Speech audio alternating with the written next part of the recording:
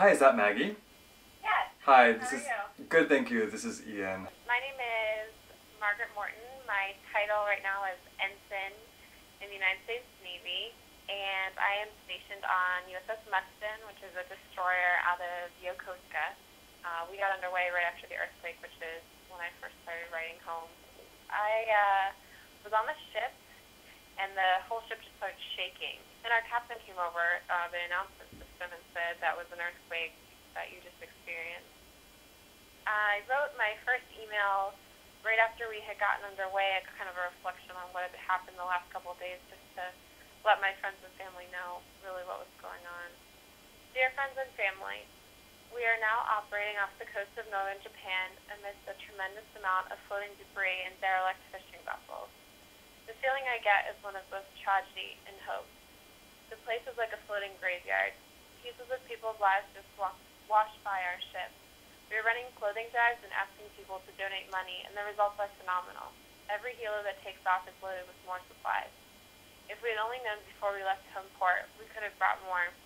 Dear friends and family, the debris has scattered with the current, but laundry baskets, drawers, fishing boats, and other pieces of homes floating by continue to remind us of the loss and destruction. The crew of Mustin gathered in the galley to have a sandwich-making party for yesterday's deliveries. We made ham, turkey, and cheese sandwiches, working in teams of 3 or 4, all ranks, someone slicing bread, others stuffing them, and finally those wrapping them.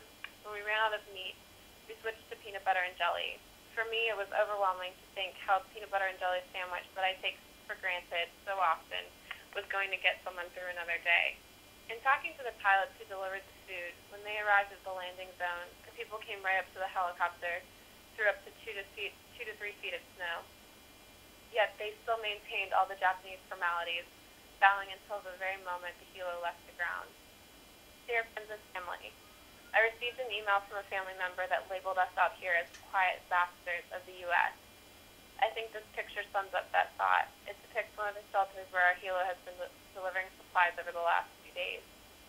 Dear friends and family, our Marines are moving in from the west to help clear the way for more supplies on land. As much as I would love to get on the ground and help, 100 pounds of food and water is worth a lot more to these people than my smiling face.